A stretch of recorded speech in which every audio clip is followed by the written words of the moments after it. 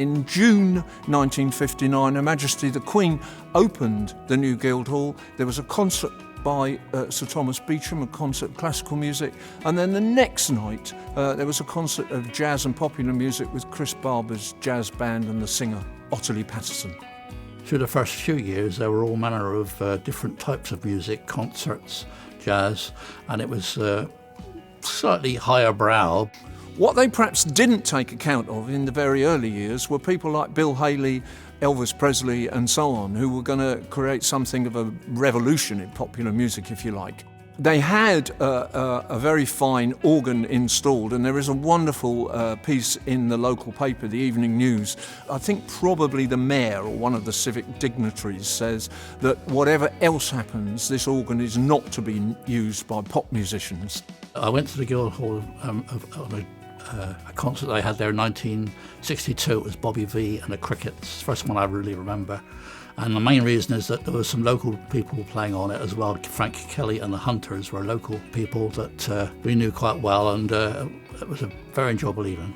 My first gig at the Guildhall as a punter was the first gig I went to anywhere, and it was in March 1963, and I came to see a couple of American artists called Chris Montez and Tommy Rowe, who'd both had hit records, and the first half was closed by a promising young British group, four-piece British group from Liverpool called the Beatles. So that turned out to be rather special, really. One of my strongest memories is buying a very large bar of chocolate on the way. I came entirely on my own, and I don't understand that really either, but I did. Sat at the back behind where I am now, and ate this whole bar of chocolate and felt a bit sick.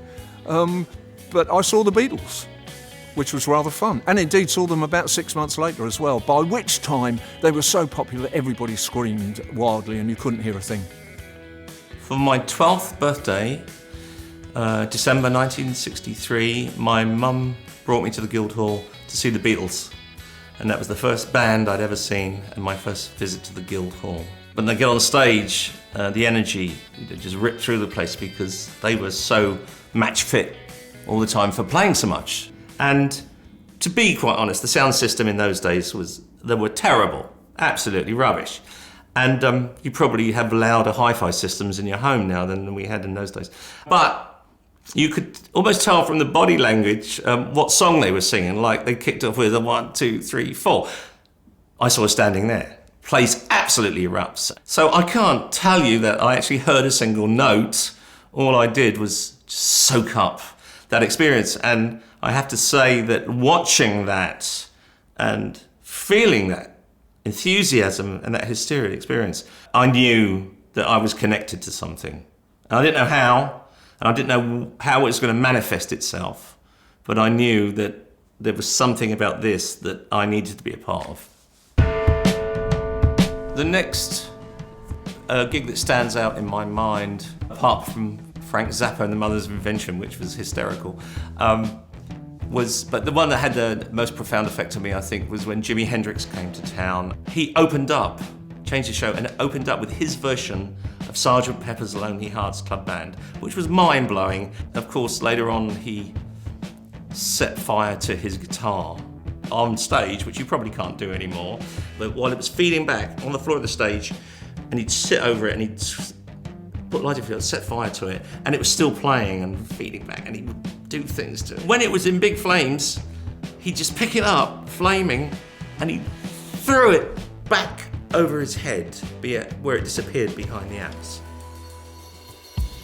So what were the really special gigs here that were different from anywhere else? Well, there was one called the Dance of Words, which was a College of Technology event, and it was a countercultural event. And there was jazz and poetry and folk music, and people sat cross-legged on the floor, which they'd never done before, and it was experimental rock music and so on and so on. So I think that was a very significant one.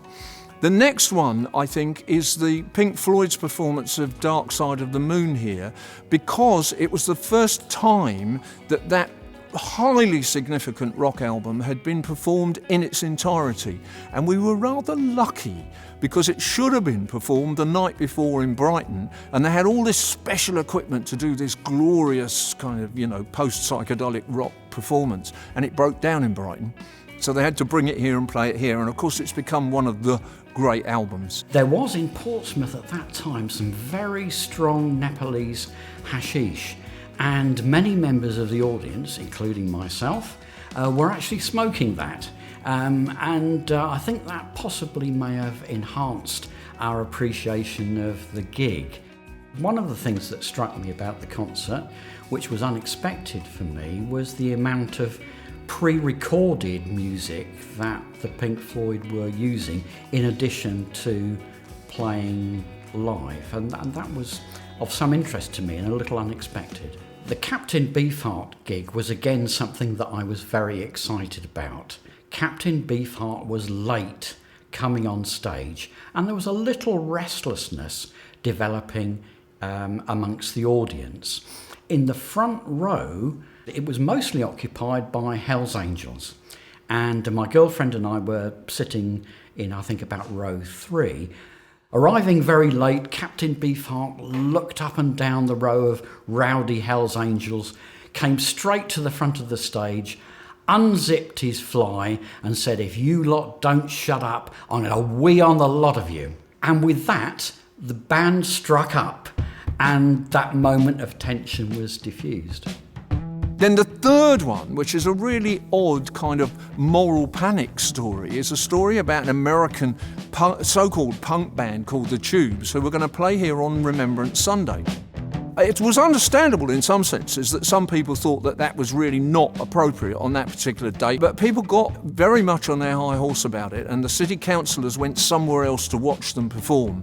And they were a big performing band. They weren't really a punk band like the Sex Pistols, for example. They were a kind of show band in all sorts of ways, but their material was a bit provocative. And there was lots and lots of fuss and stories in the newspaper about it, and in the end the council banned them. I was by that time a school teacher, and in fact I was working with local teenagers who were excited by punk, and I was kind of sympathetic to them because I liked the idea of them playing. So I wrote this tongue-in-cheek letter as a ratepayer to say that I thought that the most significant thing the council had achieved by this was to boost the reputation of the Tubes, who would now sell more albums than they might have done anyway, because they weren't that great a band.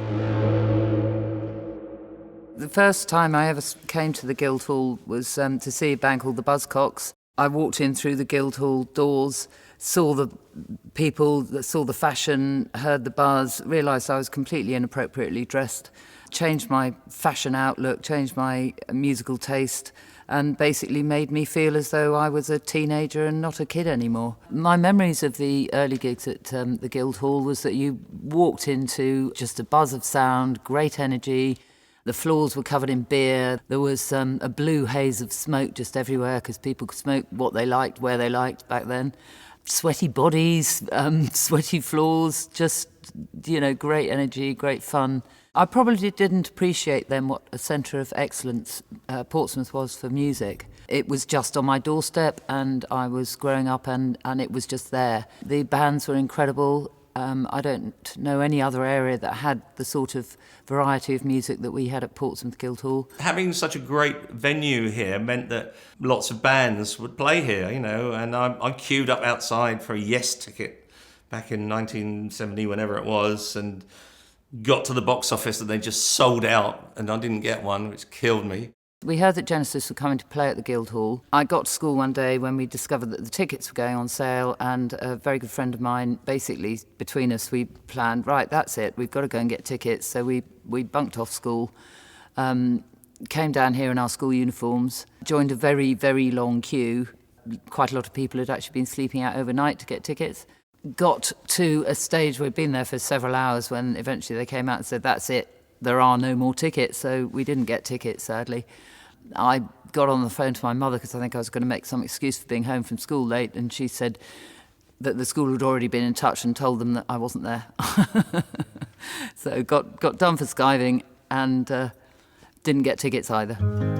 The police choir was formed in the early days of World War II, and in those days police officers had a dual role, not in policing but as firemen.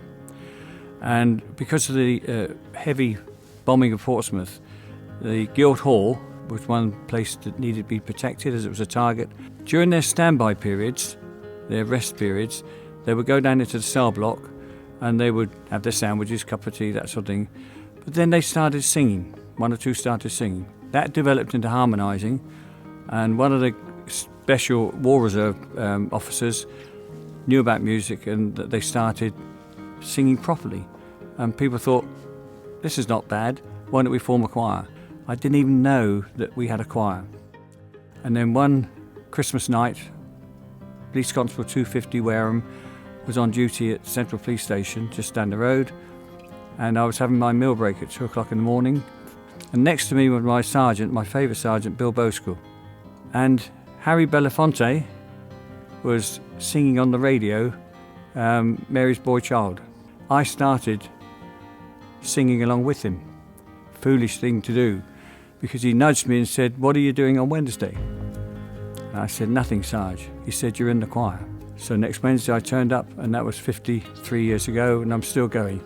I've performed at the Guildhall in excess of 50 times. The good thing about Portsmouth Guildhall, and I'm happy to say that this has always been known as having some of the best acoustics on the whole circuit. As a Portsmouth person, being able to perform at this iconic building, it is a tremendous opportunity, and I'm very proud to do so.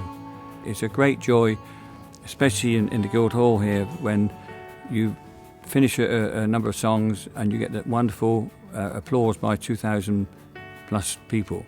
I played here in the first really serious band that I ever played with, which was a kind of big pop soul band called Harlem Speakeasy. And the Lord Mayor every year had a charity gig, and it was often here.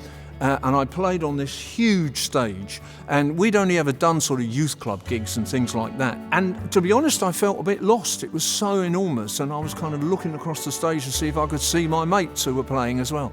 But it was a great thrill. I remember actually playing on the big stage down there in about 1982. Once we'd packed up and got all our gear outside the back and everybody had gone, I just went back onto the stage, and the place was empty and the stage was empty, just looking out at the auditorium, and the feeling of satisfaction was unbelievable. It was just so enjoyable that it had been such a good gig, and in my city, in my Portsmouth, my Guildhall.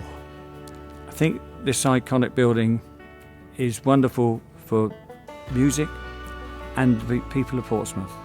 It gives us the opportunity of seeing people like the Rolling Stones, the Beatles, and large bands, the Royal Marine Band, that sort of thing. It enables people like me to come and perform here to the people of Portsmouth. I think it's a very important aspect of the cultural history of Portsmouth. It's a facility for all the citizens of Portsmouth, and I think, like me, most of them value this as a central focal point in the city. Well, as time goes by, I think we realise what has gone on here and how important it is as not only for the area, but the things that me as a young man witnessed and experienced. And when somebody comes and sits in the presence of a great performer, it is transforming. And you go away and it can be just something that amused you for a couple of hours, or like me, it could have a profound effect on your life. We're incredibly lucky to have the Guildhall. It gave a gateway into music that I don't think there was anywhere else.